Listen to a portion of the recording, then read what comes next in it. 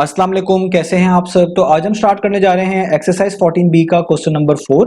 तो मेरे पास ये बुक 1 है जिसको हम D1 भी बोलते हैं और उसका ये अपडेटेड 7th एडिशन यानी न्यू एडिशन मेरे पास मौजूद है।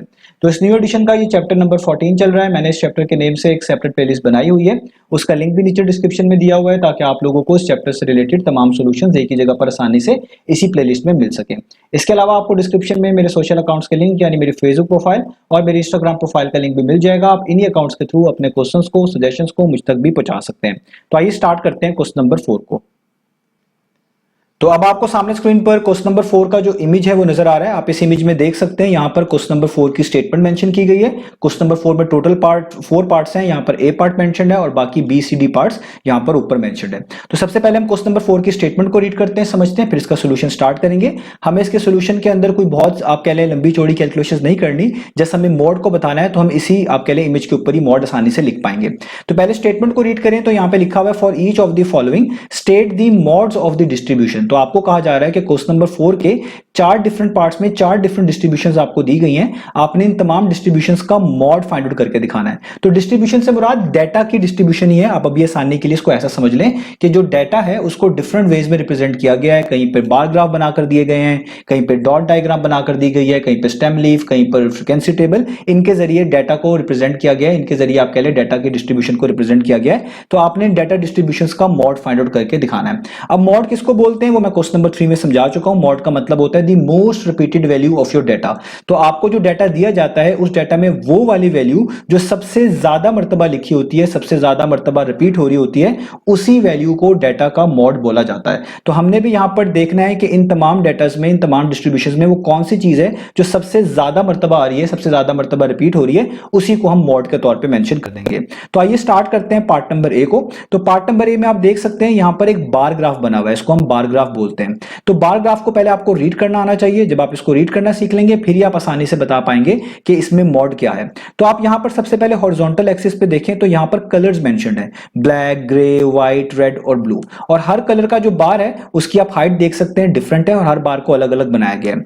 और वर्टिकल एक्सिस पे आप देखें यहां पर लिखा हुआ है नंबर्स ऑफ कार्स। यहां पे कार्स की तादाद बताई गई है और नीचे लिखा हुआ है इन हंड्रेड्स, और वो हंड्रेड्स में है। जैसे 1 लिखा हुआ है तो आप 100 पढ़ेंगे, 2 लिखा हुआ है तो 200 पढ़ेंगे, 3 लिखा हुआ है तो 300, 4 लिखा हुआ है तो 400 और 5 लिखा हुआ है तो 500 पढ़ेंगे। तो अब आप इस डाटा को रीड कैसे करेंगे? तो यहां पर बेसिकली आपको बताया जा रहा है कार्ड्स की तादाद जिनके डिफरेंट कलर्स हैं। जैसे सबसे पहले देखिए ब्लैक, ब्लैक से मुराद वो कार्ड्स जो कि ब्लैक कलर की हैं। तो इनको हम किस तरह रीड करेंगे? यहां पर आप इनके बार को देखिएगा कि इनका बार कहां पर खत्म हो रहा है, इस बार की हाइट कहां तक है। तो अगर आप नोटिस करें इस बार की हाइट है यहां तक। तो जहां पर ये बार खत्म हो रहा होगा वहीं से आपने एक डॉटेड स्ट्रेट लाइन ड्रॉ करना शुरू करनी है वर्टिकल एक्सिस की तरफ, और वो तब तक ड्रॉ करती रहनी है जब तक कि वो वर्टिकल एक्सिस पे किसी वैल्यू को टच ना कर ले। तो मिसाल के तौर पे ये जो वो कार्ड जो कि ब्लैक कलर की है इनका बार यहां तक है, तो आप यहां से एक स्ट्रेट डॉटेड लाइन ड्रॉ करना शुरू करें तो वो देखिए 4 को टच करती है। 4 से मुराद है 400। इसका मतलब ब्लैक कलर की जो कार्ड्स हैं वो 400 है। इस तरह आप इसको रीड करेंगे। अब आगे आप देखें उन कार्ड्स के बारे में बताया जा रहा है जो कि ग्रे कलर की हैं। तो ये जो बार है इसकी हाइट यहां तक है, तो यहां भी आप एक डॉटेड लाइन ड्रॉ करना शुरू करें वर्टिकल एक्सिस की तरफ, और तब तक ड्रॉ करते रहें जब तक कि वर्टिकल एक्सिस पे किसी वैल्यू को टच ना करे। जिस तरह ये देखिए 2 पर टच कर गई, 2 से मुराद है 200, यानी ग्रे कलर की कार्ड्स 200 की तादाद में है, टोटल 200 है। अब आगे आप देखें व्हाइट कलर की कार्ड्स का बार बनाया गया है, तो इस बार की हाइट यहां तक है। तो जहां पर ये बार खत्म हो रहा है वहीं से एक डॉटेड लाइन स्ट्रेट ड्रॉ करना शुरू करें वर्टिकल एक्सिस की तरफ, और तब तक ड्रॉ करते रहें जब तक कि वो किसी वर्टिकल एक्सिस पे किसी पॉइंट को टच ना कर जाए। तो यहां पे 4 को टच कर गई, 4 से मुराद 400 है अगेन, तो इसका मतलब व्हाइट कलर की कार्ड्स भी 400 है, जिस तरह ब्लैक कलर की कार्ड्स भी 400 की क्वांटिटी में थी।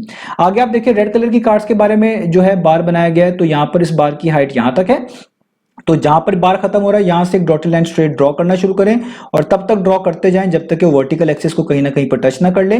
तो वो 5 पे टच कर रहा है, 5 का मतलब 500 है, तो आप यहां पे लेंगे 500। इसका मतलब रेड कलर की कार्ड्स की तादाद टोटल 500 है। और लास्ट में रह गई ब्लू कलर की कार्ड्स, इसका बार की हाइट सबसे छोटी है, तो अगर आप इस बार की हाइट के मुताबिक यहां पर डॉटेड लाइन ड्रॉ करना शुरू करें और इस तरह वो स्ट्रेट ड्रॉ करें कि वो किसी ना किसी वर्टिकल एक्सिस पे पॉइंट को टच करें, तो 1 को अप्रोक्सीमेटली टच करती है, इसका मतलब 100। इसका मतलब ब्लू कलर की कार्स जो हैं वो 100 की तादाद में है। तो अब आप इस डाटा को देख के आसानी से बता सकते हैं कि वो कौन सी कार्स हैं जो सबसे ज्यादा तादाद में मौजूद हैं, सबसे ज्यादा दफा आप कह लें अपीयर हो रही हैं।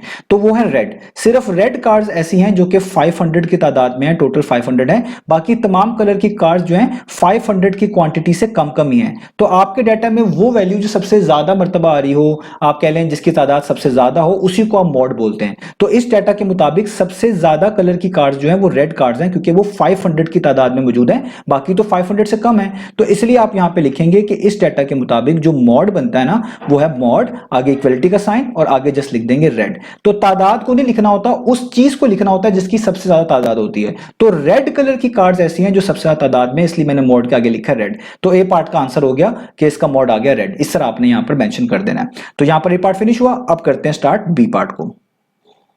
तो बी पार्ट आप देखिए यहां पर ऊपर है और यहां पर आपको एक डॉट डायग्राम बनाकर दी गई है। और डॉट डायग्राम मैं आपको पहले भी समझा चुका हूं कि डॉट डायग्राम में जो नीचे ही वैल्यूज लिखी होती है ये एक तरह की आपकी ऑब्जर्वेशंस होती हैं, इनको आप एक्स से रिप्रेजेंट कर रहे होते हैं। और हर ऑब्जर्वेशंस के ऊपर कोई ना कोई डॉट्स बनाए होते हैं, ये डॉट्स उनकी फ्रीक्वेंसी को शो कर रहे होते हैं। फ्रीक्वेंसी का मतलब कोई चीज कितनी दफा आ रही है। जैसे 75 के ऊपर एक डॉट है, इसका मतलब ये एक दफा आ रहा है। 76 के ऊपर एक डॉट है, इसका मतलब ये भी एक दफा आ रहा है। 77 के ऊपर 4 डॉट्स हैं, इसका मतलब ये 4 दफा आ रहा है। और 78 के ऊपर आप देखें टोटल 5 डॉट्स हैं, इसका मतलब ये 5 दफा आ रहा है। 79 के ऊपर भी 5 डॉट्स, ये भी 5 दफा।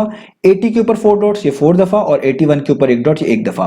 तो मॉड का मतलब ये होता है वो वैल्यू जो सबसे ज्यादा मर्तबा आ रही हो, सबसे ज्यादा दफा आ रही हो। तो इस डाटा के मुताबिक 78 और 79 जो हैं ये दोनों 5 टाइम्स आ रहे हैं। तो इन दोनों में एक तरह का टाई हो गया, क्योंकि इनकी क्वांटिटी 5 है। ये भी 5 दफा आ रही है, ये भी 79 भी 5 दफा आ रही है। तो अगर आपके पास डाटा में कोई ऐसी वैल्यूज आए जो कि एक दफा आप कह लें एक ही जितनी दफा आ रही हो, तो इसका मतलब उस डाटा के अंदर मॉड वो दोनों वैल्यूज कहलाई जाएंगी। हां, अगर इस डाटा में कोई एक वैल्यू 6 दफा आ रही होती तो जस्ट उसी को मॉड कह देते। लेकिन यहां पर दो ऐसी वैल्यूज हैं जो कि जिनकी क्वांटिटी जो है टोटल जितने टाइम्स वो आ रही है वो एक जैसी हैं, तो इसका मतलब मॉड भी उन दोनों को ही आपको लिखना पड़ेगा। इसका मतलब इस डाटा में 78 और 79 ऐसे नंबर्स हैं जो कि 5 दफा आ रहे हैं, सबसे ज्यादा दफा रिपीट हुए हैं। तो इसलिए आप यहां पे लिखेंगे मॉड, आगे इक्वल टू का साइन और लिख देंगे 78 और कॉमा 79, यानी दोनों वैल्यूज जो हैं मॉड के तौर पे यूज की जाएंगी, मॉड मेंशन करेंगी इस बी पार्ट के मुताबिक। तो ये बी पार्ट का आंसर हो गया। अब सी पार्ट में चलें तो सी पार्ट में आप देखिए स्टेम लीफ डायग्राम बनाकर दी गई है। अब आपने स्टेम लीफ डायग्राम को रीड करना सीखा हुआ है, मैं पहले भी बता चुका हूं, यहां पर क्वेश्चन नंबर 2 के बी पार्ट में समझाया था। इसको आप इसकी की मदद से रीड करते हैं। जिस तरह की में लिखा हुआ है 2 अगर स्टेम हो और 2 ही अगर लीफ हो तो आप इसको रीड करेंगे 22।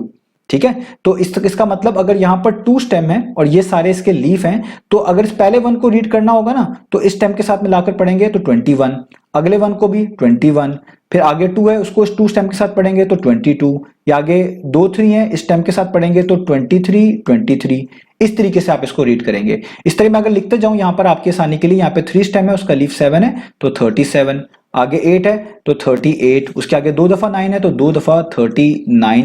अब आगे आप देखें 4 है तो 4 के जो लीफ हैं वो आगे लिखे हुए हैं, तो इधर भी आप इसको रीड करेंगे तो ऐसे रीड करेंगे 4 स्टेम है, आगे लीफ 2 है तो 42 की के मुताबिक, और आगे 3 है तो 43, उसके बाद 2 दफा 5 है तो 45, 2 दफा 7 है तो 47 और 47। आगे 5 है आप देखें स्टेम, उसके लीफ भी यहां पर लिखे हैं 3 और 7, तो पहले 3 से स्टार्ट करें तो 53, फिर 3 है तो 53, फिर 7 है तो 50 आपके पास 7। इस तरह 6 को आगे देखें, उसके यहां पर सारे लीव्स है, 3 दफा तो 0 लिखा हो तो 3 दफा तो आपको लिखना पड़ेगा 60 तो 60 और 60, और आगे एंड पे आखिरी लीफ 1 है, स्टेम 6 है तो 61। तो इस तरह आप इस डाटा को रीड कर रहे होते हैं। तो अब आप देखिए इस डाटा में वो कौन सी वैल्यू है जो सबसे ज्यादा मर्तबा आई है, सबसे ज्यादा दफा लिखी गई है, रिपीट हो रही है। तो आप नोटिस करें वो 60 ही है। 60 वो वाहिद वैल्यू है जो कि 3 दफा लिखी हुई है, बाकी कोई भी वैल्यू ऐसी नहीं है जो कि 3 दफा आई हो। जैसे 53 देखें ये 2 दफा आई है, आप 47 को देखें ये भी सिर्फ 2 दफा आई है, और आप 21 को देखें ये भी 2 दफा आई है, 23 को देखें ये भी 2 दफा आई है, 39 भी सिर्फ आपके पास 2 टाइम्स आई है, 45 भी सिर्फ आपके पास 2 टाइम्स आई है। तो सारी वैल्यू जो है वो आपके पास या तो एक दफा है या 2 दफा है, और सिर्फ 60 एक वाहिद वैल्यू है जो कि 3 दफा है। तो मोस्ट रिपीटेड वैल्यू तो 60 हुई ना, क्योंकि सबसे ज्यादा दफा तो यही आ रही है। तो इसका मतलब आप इसके आंसर के तौर पे लिखेंगे यहां पर कि इसका मॉड क्या बनता है, इसका मॉड आपके पास बनता है 60, वो वाली वैल्यू जो सबसे ज्यादा दफा आ रही है यानी 60। और आप आगे लिख भी सकते हैं because it occurs frequently, that is 3 times. ठीक है, आप यहां पर लीफ में भी देख सकते थे, लीफ में वो वैल्यू जो सबसे ज्यादा दफा लिखी होगी उसी के लिहाज से उसका मॉड बता सकते थे। तो आप देख सकते थे यहाँ पे 0 3 दफा लिखा हुआ था और इसका स्टेम 66 था, तो की के मुताबिक ये 60 था जिसको आप पढ़ सकते थे यहाँ पर, तो इसलिए सी पार्ट में जो मॉड है उसको आपने क्या लिखा है 60। तो ये आपका सी पार्ट भी हो गया।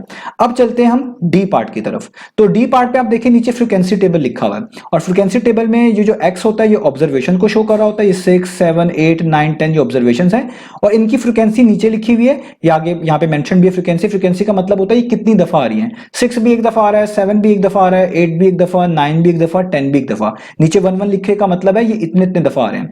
तो जब सारी वैल्यूज एक दफा आ रही हो ना तो ऐसे केस में कोई मॉड नहीं होता, यानी डी पार्ट के अंदर आपके पास कोई मॉड नहीं है। यहां पे आप जस्ट लिख सकते हैं नो मॉड। तो डी पार्ट का आंसर जो है वो है कोई मॉड नहीं, यहां पे कोई मॉड नहीं होगा। तो जब भी आपके पास ऐसा डाटा आए जिस डाटा में आपके पास जो तमाम वैल्यूज हैं वो एक एक दफा ही आ रही हो, कोई भी एक ऐसी वैल्यू ना हो जो कि एक दफा से ज्यादा आ रही हो, तो ऐसे सिनेरियो में आप कहते हैं कि इस डाटा में कोई भी मॉड मौजूद नहीं है, इसलिए हम यहां पे लिख देंगे नो मॉड। तो यहां पर आप देख सकते हैं हमारे ये चारों के चारों पार्ट्स हो गए। उम्मीद है आपको चारों पार्ट समझ आए होंगे। इंशाल्लाह नेक्स्ट वीडियो में मिलेंगे बाकी सॉल्यूशंस के साथ।